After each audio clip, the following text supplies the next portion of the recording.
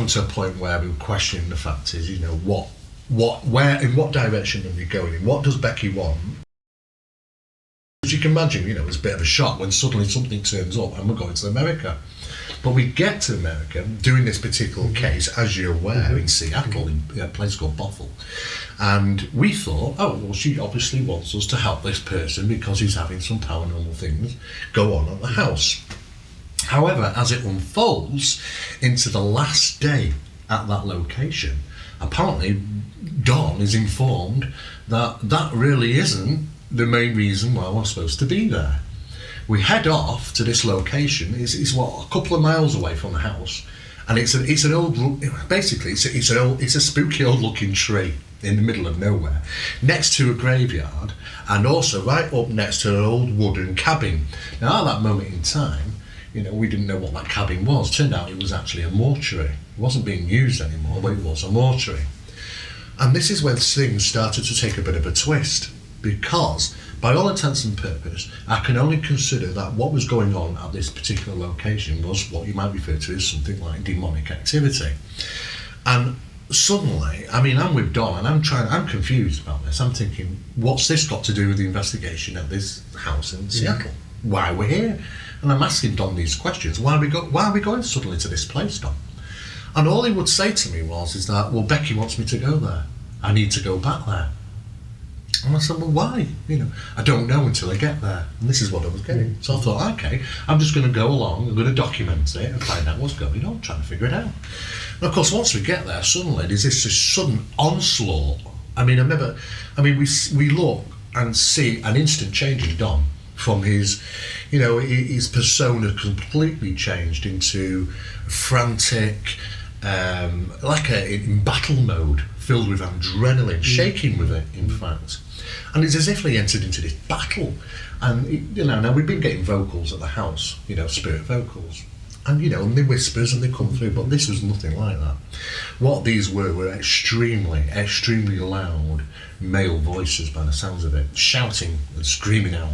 Like, I mean, out of the air? Oh, well, no, I mean, he's recording. He's recording. Now, Don's talking, and now Don's 20 feet away from me, okay? Now, all I'm hearing is these really loud voices screaming and shouting at him, saying, kneel before us. You know, Beelzebub wants you, we want your power. Have you heard this, Brian? Some of it I've heard, yeah. Some of it I've heard. But you have this recording, right?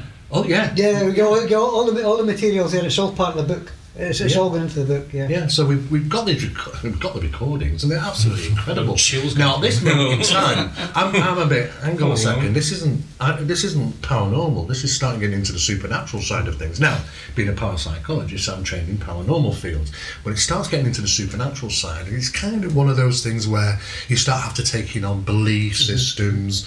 You know, basically, it's anything that goes really. And really, it wasn't my comfortable area. So I turned around to Don and say, Don, I'm 20 foot away with a video camera on him, middle of the night, early hours of the morning, in fact, it's freezing, and I'm going, oh, this is happening.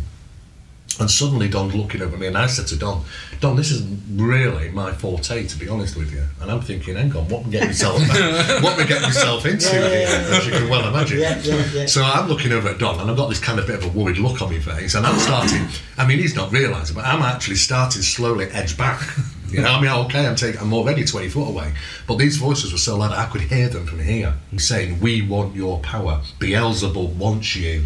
You know, kneel before us. We can levitate you. We can levitate you. Well, hold on. You said he went into this kind of his persona changed, right? Yeah. So well, basically, I mean, he's got Becky, who's apparently, from what I can read between what's going on here, is that some battle's taking place between Becky and Don.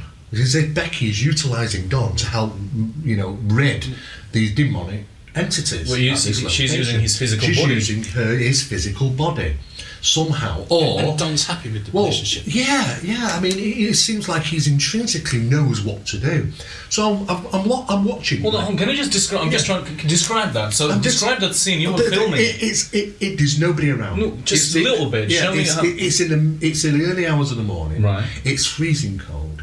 I look around. There's not a living soul in sight. I mean, is he sitting, standing, is he jumping? He's walked over towards this tree, and there's a lot of outgrowth around the bottom of this tree, a few plants and things.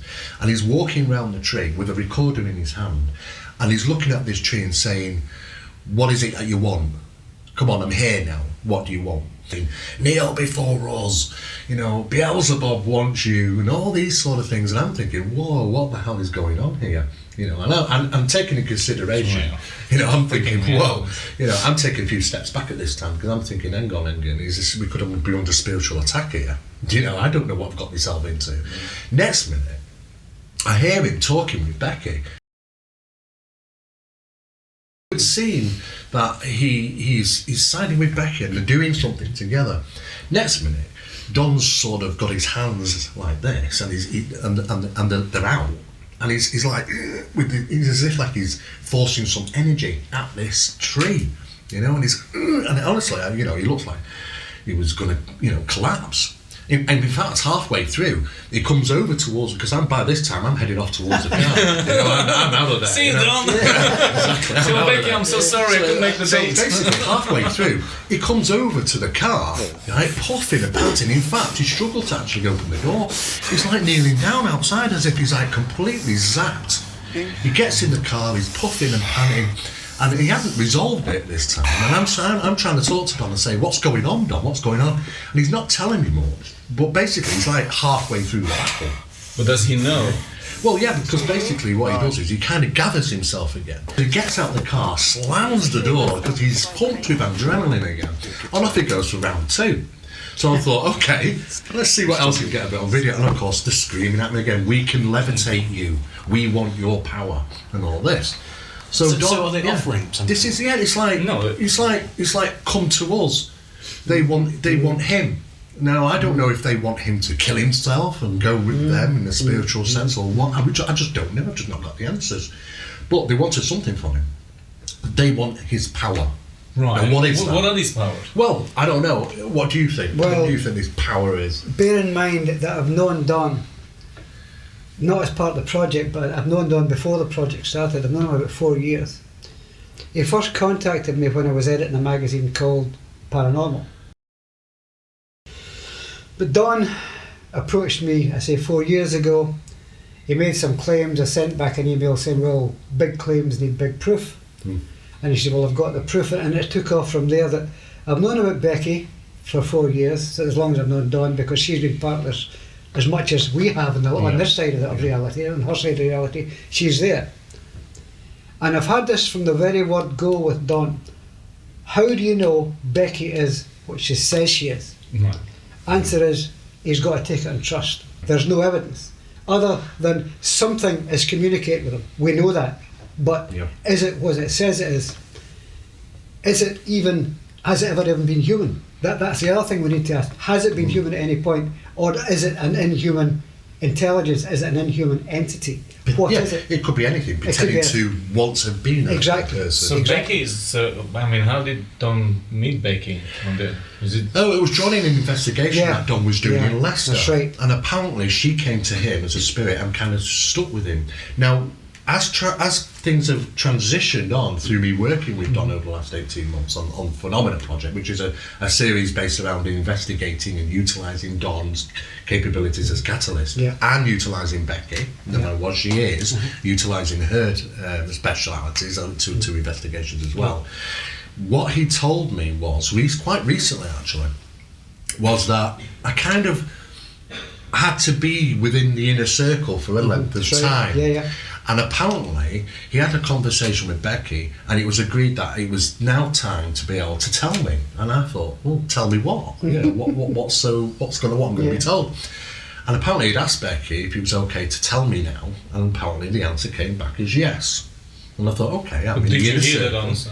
Yeah, I did. I mean, apparently Don turned around and said to me, now I can find out, now Becky's given me the go-ahead to tell you that Becky isn't a spirit. She's an angelic being. She's I don't know. Some type of angelic being. And I thought, Well, that's interesting because Don mentioned something some time back, about over 12 months ago. He mentioned of an incident. Now, taking into consideration, every single day he talks with Becky. Okay, she's always there on call, 24/7 for him, no matter where he is, no matter when it happens. And by regular, by normal means, he'd contact Becky one particular day and didn't get the reply. And he was like, this is a little bit unusual. And he tried again, and what happened was a male voice was recorded, and it was I don't know if his name was Jonathan or something like that, or was it? Or not? Edward. Edward. That's right. Yeah. He said, "I'm Edward," and he said, "Well, who are you, Edward? Where are you from?"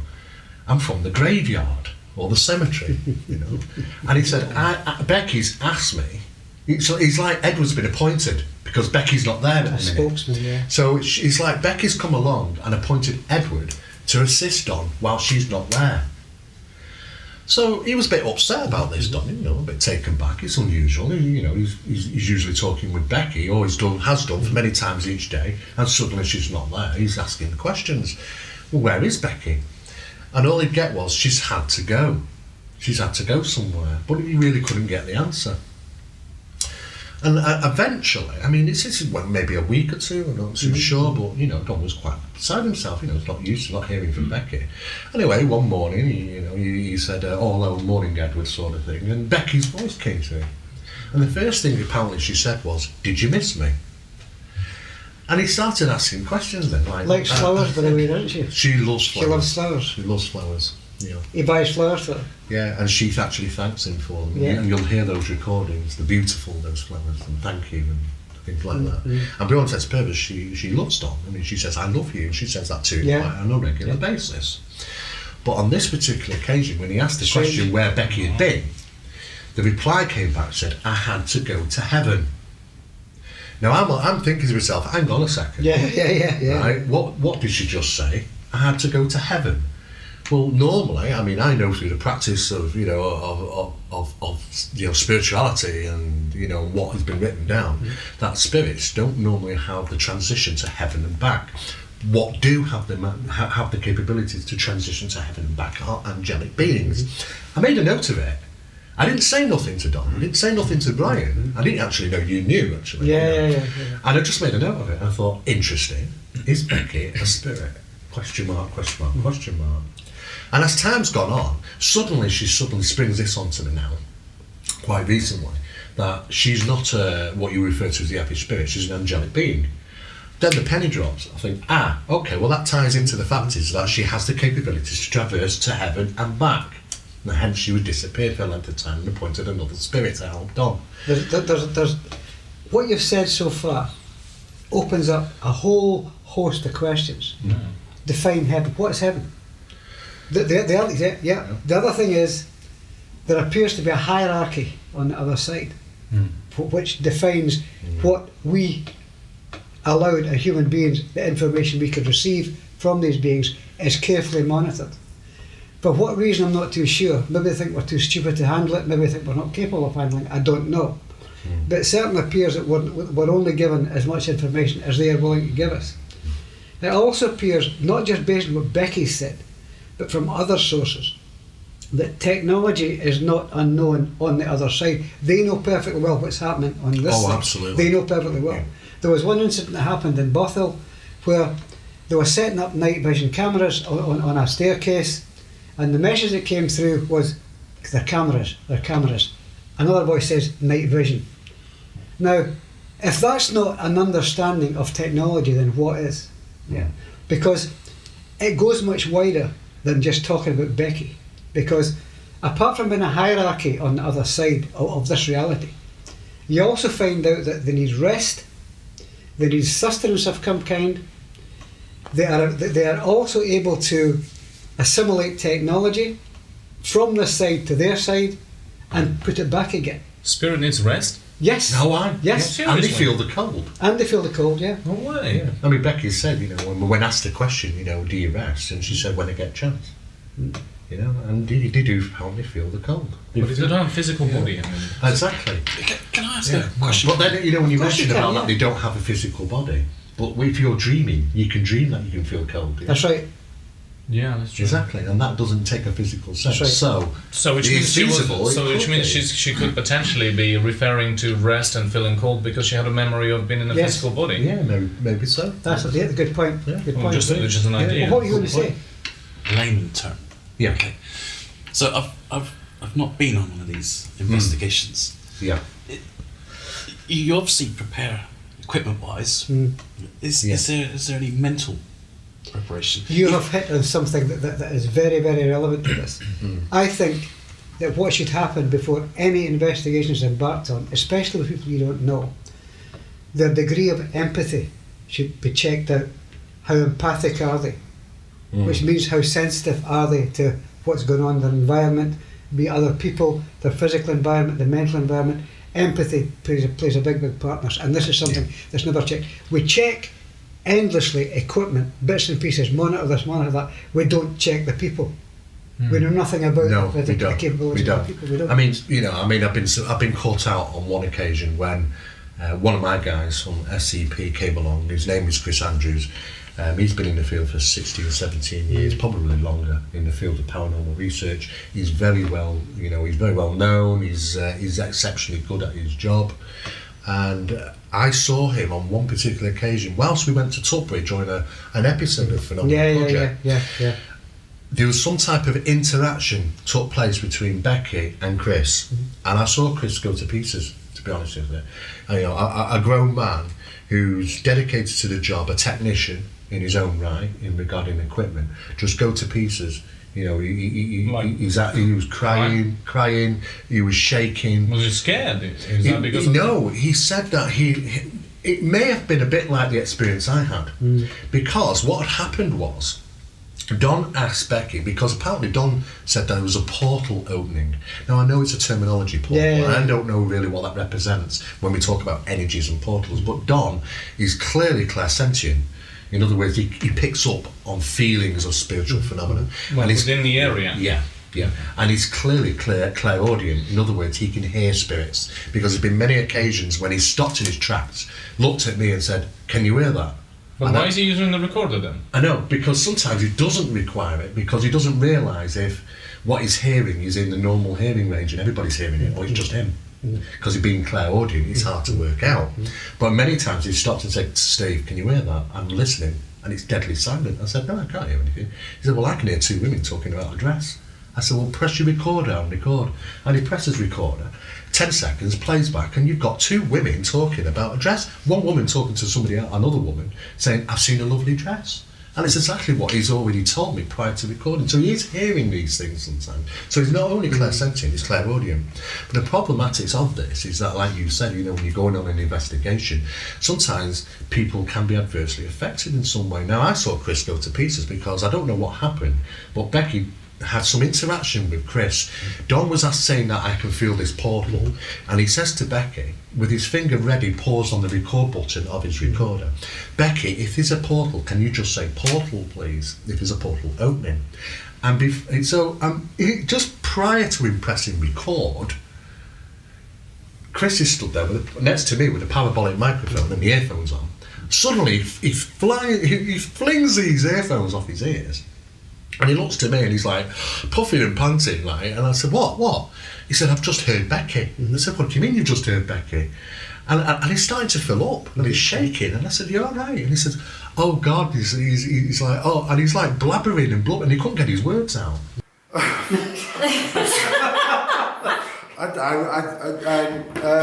But he explained, and he explained it on camera and to Don and the rest of us, that he had some type of experience where not only did he hear Becky directly communicate with him by saying portal, but as if like she passed through him, or he felt this strange energy or whatever, and it just crippled him up. For a good 10 or 15 minutes. Crippled? Well, he was just like, "Oh God, I don't know what to do." He was just exactly. like, I can't function, I can't talk, and he was pretty much a bit of a wreck, to be honest with you. The emotion, I don't know what was going on there, but the emotion, I can feel the tears in my eyes, the emotion, and I heard. And it wasn't just portal, it wasn't just the word, it was emotion, everything that came with it. Communicate with him by saying portal, but as if like she passed through him, or he felt this strange energy or whatever, and it just crippled him up, for a good 10 or 15 minutes. Crippled? Well, he was just like, oh God, I don't know what to do. He was just exactly. like, I can't, can't function, I can't talk. He was pretty much a bit of a wreck, to be honest with you. And he said it on camera, we've got those pieces of footage, that in his years of working in the field of paranormal research, he's never ever experienced anything like that. But do you think it's quite normal for spirit to actually make you feel that uncomfortable? Well, I don't know if it is an uncomfortable thing. It's certainly to be shaken by. Absolutely shaken It's by. just an emotional overwhelming. Yeah, exactly. It's Like overwhelming. An overwhelming. Nice. Yeah, but it can literally, sort of tie you up. And that's the only way I can express how I feel. But I'm just thinking that if spirit, ethical and understands the such experiences can have effect on the human being who's not fully consciously open, would you really make that communication or go through them in order to give them that experience? Then? Well, that's it. I know, and this is why we always ask the question. What is it that we are experiencing? And if Becky is responsible for giving you these, these bouts of serious emotion, these feelings. I don't know what is happening. If she's passing through us, or she's causing. What happened to this guy now? He's no longer into paranormal. Or? Oh no, he's still into the field of the paranormal. He's not come on any further investigations with us. Is that it? But he's still doing what he's doing. But for him, his life's changed somewhat because he's had that experience. So he believes more. For months on end after that. His aspect of of what it all consists of, and spiritual communication considerably changed, just as mine did.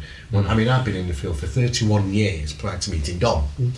I thought I'd seen it all, pretty much. And then all of a sudden, I meet up with this guy, and I think to myself, the first time he contacted me, I turned him down twice because I thought he was a bit of a quirky guy. He's got the talk and all that, but he can't show the goods. I don't believe all this footage you can see on the internet could be hoax, as far as I'm concerned. And I turned him down twice when he asked me to say. Basically, what really got me involved was the fact there was one comment he said. I said to Don, look, if I get involved with you, Don, and I find anything hokey going on, I'm not the sort of guy you want to get involved with, because I will discredit. I would. You know me. I'd say it as it is. I would discredit him. I'd say, look, Don I put it up on the internet, and Don Phillips got me, and he's faking stuff, and I would have let people know. So his credibility wouldn't have lasted very long. So I told him, I said, I'm the last guy you want, Don. And it was a comment such as, well, you're exactly the guy I need. What got me intrigued, because I thought, why is this guy so pushing it so much? He must have something, And of course, I went down there, and I said to my colleague on the way down to meet him for the first time, I said, don't get comfortable, we'll only be here an hour. Because I thought, fine, rational explanation, 10 hours, or maybe even on to more like 15 hours. It was ridiculous. I was just hit constantly, bang, bang, bang. First thing I got, straight away recording, hi Steve, from Becky. You hear the voice of a female. Yeah, and it's personalised. It's got my name in it. I'm thinking, what's going on? So I gave Don my recorder. I said, let's just get rid of his recordings. It could be messed about. We've doctored, scrap that. RF. Here's my recorder. It's test proven. It's bench tested. We know it works well. Try that. There's nothing on it. It's completely formatted. Psh, hi Steve again. Well, I realised, okay, it's not the equipment. Something's going on here. So I thought, okay, it's the environment. There's got to be something in the environment, wiring, something interfering with the equipment, causing us to have some type of interaction. Someone somewhere has got to be saying something, and I'm getting it onto this recording. So I take him outside. There can't be any hidden wires around and stuff like that, and bang, get it again. And I'm thinking, hang on a second, it's not the equipment, it's not the environment, it's got to be done. And what's like again? She said something again? Absolutely. Like what? Well, I basically, just nice to see you. Becky will actually communicate in a direct way, so that she'll put things in which means reference to you. As I heard Becky come out of the air at 38,000 feet, right between myself and Don, and we were both sat very close together, and right here, bang, as loud as day, it's Becky. As loud as that. I looked at Don immediately, he looked at me, and he went, did you hear that? And I went, yeah, I did. It was that loud. It's Becky. Right here, between the pair of us. What's the accent? It's a beautiful voice. I wish we could hear it. It's mellow, female, Be careful what you wish for. beautiful. You know, But yeah. like No, I say, yeah.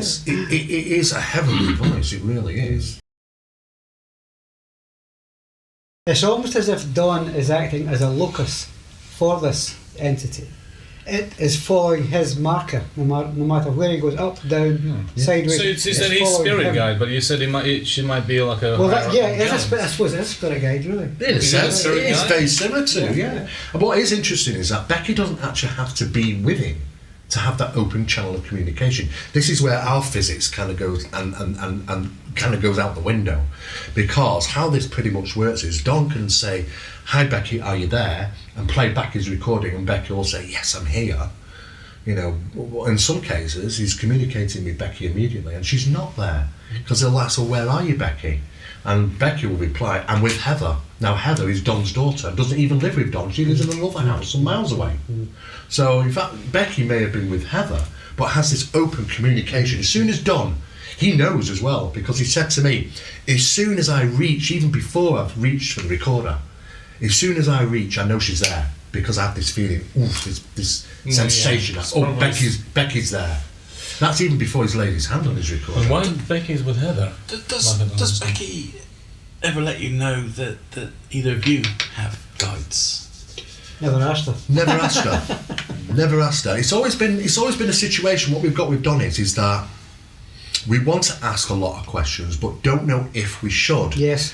And do we deserve the answers? And that's how I consider it now. It's like, do we deserve the? I believe we do deserve the answers, because it's the only way. So I think it's a right to know. Yeah, right? because I believe she wants something from me, maybe from Brian. There's a reason why everything seems to happen the way it has. It has happened. Absolutely, Yeah, 100% is all interconnected. And There's been a essentially, plan, right from, I don't know how long this goes back. It Yeah. could go right back to the day Becky met Don, so years ago. But there's been a plan in action to bring Brian into this, and to bring me into this, and to create the project. Yeah. There's something at the end. Yeah. There's a result at the end that Becky wants. Now, what she has said to Don is that the spirits want recognition. Now, if that is the case, they've had plenty of opportunity in the past to do this through other experiments that have taken place worldwide. Yeah, there's been plenty of opportunities to say, get it out there, we're real, and this is the way the world is. For it to happen again now, it feels to me that there's got to be more than that. You know, because that's happened loads of times before, even with the skull experiment. Yeah, you know, yeah. And now for me, you know, trying to carry on from where the skull experiments stopped, and we're trying to pick it up and see how far can we go with it. How much communication and physical interaction can we have with the spirit side? But what truly do they want? I do not know. The strange thing about the skull experiment, which Steve just mentioned, it was shut down not on the behalf of the people who were conducting the experiment. It was shut down because the spirit team they were working with said, "Stop this. You got to stop it. You got to stop it now," because apparently it was getting too involved. Getting dangerous. It was getting dangerous for them, and it was getting dangerous from the other side, because for the sitters. For the sitters and for the spirit who was the spirits in contact with them, because, as I said, there are hierarchies in the spirit world. There are also spirit worlds beside the spirit world and beside the spirit world. This was proven during the skull experiment, when there was an entity they took photographs of using 35mm just slide film, I might add, and your sealed film, and these images appeared in the slide films. One of them was an entity they called Blue. They called him Blue because there was a blue wash over the colour film.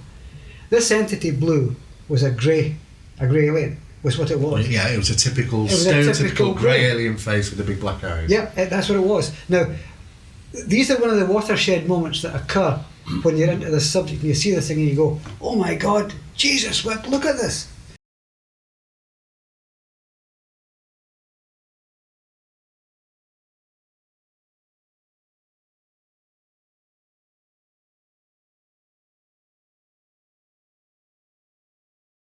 Because I believe when we're talking about things like this, they're attracted. Oh, they're talking about us. You know what's going on. But okay, so who's they hearing, or are we changing the environment because our No, I believe that what's happening is probably that we have certain things taking place in the environment which are attracted to the conversation. Yeah. That we're like right having. now? Yeah. It's like you were saying that Becky can hear our conversation, Absolutely. and Don can call you in a minute and say He about it could do. again. I mean, there's been times when I tried to put this to the test, and I said, "Well, okay, well, we'll look at the telephone test." I was sat in my bedroom one night. Don rings me and said to Becky, I just said out of curiosity, you know, I wasn't really getting into anything. It was late at night.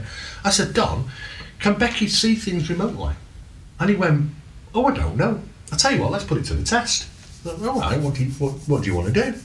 He said, "Well, Steve, where are you?" I said, "My upstairs bedroom, you know, sat on the bed." He said, "Well, go in the drawer and grab something and hold it up in the air, you know, and swing it around and I'll ask Becky what you've got." Interesting. I'm on the phone and I'm listening. Okay, all right. So I'll go into my top drawer and I grab something and I've got it held up in my arm and I'm going like this. Yeah, and I can hear Don on the phone saying, getting his recorder and saying, "Becky, Steve's holding up something up in his hand. Can you tell me what it is?" Presses record, and I can hear some type of vocal response come back. And Don pauses, goes on the phone to me and says, "Steve, I've just got, I think what Becky's saying to me is she's saying it's a pendulum." And what I had in my hand was my pocket watch, a round pocket watch on a chain, going backwards and forwards. Now she could have, at the same point, that's a hit for me. You know, as far as I'm concerned. That's pretty close, pretty damn You know, close. she can tell Don what's going on in my house at any public given time. Right, but that's only because you asked. But, Yeah. but she cannot infringe on you like a, you know. Oh no, Checking no, on you. Don actually has requested Becky to go to places and then spy for me. Yeah. You know, he had a couple of, honestly, he had God, don't go to the he loo, had I don't want to go. Yeah. But there has been times when Don's freely admitted that people he's worked with in the past, and he's sent Becky off to find out what they're talking about, and she's come back and relayed information to him, But which do is you think incorrect. is it ethical? No, I don't. Whether it's I ethical think- or not, it's I beside the don't. point. I It's don't just- know it's if just- Would you it do is or it? not. You know. No, but I mean, Yeah. but would I Spirit don't do that? know. If someone Don't- is I think I might. Don't She has a forget- very close connection. no, but with if Don. it's an angelic being, you would say, "Actually, Don, this is not the way it's done. I wouldn't Well, do look, it." maybe they get a sense of humour, but hang on. The implications of that, again, are absolutely immense, because if he can send her anywhere to find out what's happening, what are the security implications? This of is that? it, and I have warned on about this. That's right. Yeah. Because I And told then her to be very careful about the information he puts about on the internet. Because, you know, what sort of attribute would you be for remote viewing Yeah, yeah. or But, yeah. for the military? But if you Becky- could go say, well, you know, where's Osama bin Laden? You know, and he could No, have just seriously, but if that Becky then, is an angelic being, why would she listen to Dawn being sent somewhere and to do something that she thinks she knows it's going to be a lot of implications? Well, this is a good It's just question. a- That's an No, excellent. That's an No, excellent. and I'm not being disrespectful Yeah. to the project or to Yeah, Dawn yeah. or to No, Sh- no, you're not. but No, you're out not. of curiosity, because if the spirits are doing this kind of thing, then the same question you said earlier, who are these beings? Why not we That's getting the it. answer? The question is cyclic. It comes back again. How do we know that Becky is what she says she is? We don't. She seems to be very protective of Don Yeah. and looks out for him. So anything that somebody might be saying derogative about him, she would probably report back on that if he asked her the question. You know, if he knows, like, we were having this conversation, maybe asking Becky to come and have a listen. She may be listening, you know. Well, Because sometimes she we're does. talking Sometimes about she it, doesn't maybe. freely give that That might be what I information. You felt. have to ask the question. You know, but one thing is for sure is that we are still, even now, 18 months on, if not a little bit more, with just as many, if not more Questions than before, yeah. than we even had to begin with, as to who is Becky, what does she want from me, what does she want from Brian, what are we supposed to achieve, what's so special? You know, why did we have to go all the way to America to do this paranormal investigation at this house, which we assumed was the most significant thing whilst we were there, and it wasn't. It turned out that we had to go and battle some demonic forces at some tree 2 miles away from this house, and that's the whole purpose why we went. And you were just there with the did- camera. I mean, you didn't even do the battle. Yeah. No, But she didn't tell you what the No. agenda was until you got there. no. Is that not a little And bit even deceptive? then, Well, even it then, is. she didn't say what It the does seem agenda was. deceptive. I Or, have or to maybe admit. not have gone if you knew. Maybe, I don't know. But what's really interesting is that we were told we were going at least 12 months prior to it happening. So was it a planned event? Can they see into the future, or did it change? Were you there? Did you hear it as saying you're going to be going to the US, or you were told by Dawn or whoever? How did you know? Becky replied on a message, we were going to America. You heard it? Yeah. And I you asked it, you were there to ask the question and you I've heard the heard answer? the responses. And I said, I'm not, why are we going to America? I've no plans to go to America. And then, thinking that was the most significant thing, turns out that wasn't even the reason why we were there. The reason why we were there was apparently to battle demonic forces at this tree 2 miles away from that, just coincidentally, by the way, 2 miles away or so from that house in Bothell, in Seattle. We had a Skype call, myself, Don and Steve. And during that Skype call, I asked Don some questions. And he asked Becky to say, is this that correct? If it's correct, say correct. And I heard over the Skype, is this correct? And all I heard back was, correct. Well, I know it becomes a very debatable subject, Yeah. but what's most interesting about this is that the project is continuing. Mm-hmm. We're trying to take one step further now into further experiments and trying to find out. We were trying to find answers. What are the pieces of the puzzle? Why are spirits communicating with us? What do they want from us? What's the ultimate plan? Is it something that is advantageous, and for whom? Is it For they them, for us, or her, Becky? Becky. It seems like, she says the spirits want, but it seems to be Becky's doing the delivering information. Like a spokesman. Like a spokesman. But even Don doesn't know the answers, right? Well, Don says that he does know some answers, but he can't tell us. It's as if like there's a time and a place at that, for us to obtain further information, and we have not got that far yet. Yeah. Becky gave him that information. It would seem Becky shared information with Don, and Don cannot tell us yet. So he seems to be more clued in as to what they want, even than we do. And that is extremely infuriating because it's tying one hand behind our backs because we just certainly don't is. know. Because you've been led maybe towards something, you don't know where you're going. Yeah, we or don't what know you've where done. we're going. All we know, though, that there has been predestined stuff. When we've wanted things, we've been told about it prior to it happening, and bang, there it happens. Even the American incident, and many other things. And people are drawn into the project for a reason, because they're utilised, like Brian is utilised to the project, I am, and others. There's something going on, and there's a master plan as to I don't know if this will lead to something incredible. And we can sit back and say, that's what it was. That's why we spent 5 years on something we didn't know we had a directive. Maybe, I don't know. To give you an example, I'm how just this surprised worked. that Don knows and you don't. Don contacted me. I knew Steve. I had contacted Steve prior to all this, but another matter altogether. You continue, I need to go to the I had contacted Steve. Then I knew about Don. Don knew about Steve through me. So Don contacts Steve. Steve eventually gets drawn into it. And this is how it seems to have worked. It's like all pieces of a jigsaw getting plunked together. And even to the point where he directs his own life by what Becky might say. Yeah. For instance, If she should said, I go tonight? Should I go? No, you won't. I mean, if we got a phone call tonight and said, come to Las Vegas, we've got 3 investigations for you, everything's paid, 5-star hotel, we're going to pay a load of money. First thing Don will do is ask Becky, shall I go? And if Becky turns around and says no, that's it. Which one has the greatest will then? I say Becky at this moment in time. I think that the thing is that Don has had his life engineered around Becky. How much of this is invention? How much of it is founded on facts, the wrong way of putting it, but how much of it is founded on belief, on faith? Does belief and faith produce these beings? Are you able to affect reality by believing in it, by willing it to happen? It's all part of the bigger Has picture. any clairvoyants that you've met that haven't known each other said to you directly, listen, you have Not X with you? personally to me. I'll give you an example. When we were in Seattle, where I went to see a lady called Jenny with a partner who had done a previous investigation at the Seattle home prior to us being involved, and she was apparently had mediumistic skills. I think I've mentioned this Yeah, to you you. have done, yeah. It was very profound. I went in there to this kind of cafe and I met her, and she was a lovely, lovely woman. And Dawn strolled in maybe a couple of minutes after me, and she suddenly clamped, she just lifted her head and clamped eyes, bang, on Dawn. That was it. As soon as she clamped eyes on Dawn, the tears came. She started crying, she started shaking, and she was just absolutely taken back. And I'm trying to figure out what's happening here. All she's done is look over at Dawn. Dawn comes up, and just grabs her hand, and says everything's okay.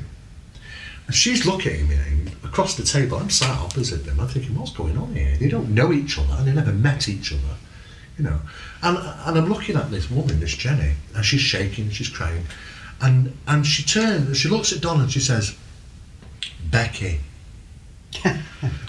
Dawn just smiles and goes, yeah. And I'm thinking, am I missing out on this major conversation here? What's going on? Unspoken stuff, what's happening? Unspoken stuff. Yeah. It would seem, I don't know that she was bowled over by something. I don't know, by Don's presence or instantly realising when Don walked through the door, Becky followed him right behind in tow. I don't know what she was seeing or what she was experiencing, but it knocked her for 10. And I was there to witness that firsthand, and I still have no idea what was going on, what was all that about that day. I never probably will, but it's absolutely These things are beyond the chances of coincidence, aren't they? Oh, absolutely. Absolutely. Yeah. There are no coincidences. We've already realised that. There are no coincidences. It would seem that your life, and I've said this to you in the early days when we got involved in certain projects, everything is meant to happen. And and it's about that positiveness that things are going to happen. Get up tomorrow and be a different person. It's gone, by the way. And that's it. Need to go? No. Sorry. Whoever was here is gone. It's much calmer. It's gone again. Whoever was here is gone again. Oh, I see the spirit. But it's a fascinating. We can discuss. Oh, yeah, it's warmer now. We can discuss the paranormal all night regarding things. But one thing is that Phenomenal Project is continuing. We've got other cases, and of course, I hope Jerry will come along and maybe experience some of the profound things that we've experienced. It opens up a whole new world. It really does. But it is fascinating. But it is continuing, and it's a matter of just watch this space, really. And I'm allowed to be scruffy because I'm Because he's the camera crew. I was just curious. Well, if the camera, Yeah. if he's sleeping, you're allowed to be scruffy, believe me. And we have Alan and Alex there, the whole crew. Thank you so much. you. And, Brian Allen here and Stephen Mirror. Yeah. Thank you Thank for you. watching. Yeah, thank you. We'll be back. probably has another strawberry milkshake in there. Watch this space. Watch the space. We have more questions to ask. Absolutely. Okay. Oh, thank you. Okay, I don't everybody. know how long that ran for. Wow. Well, that was good. 1 hour and 20 minutes. I hope. Wow.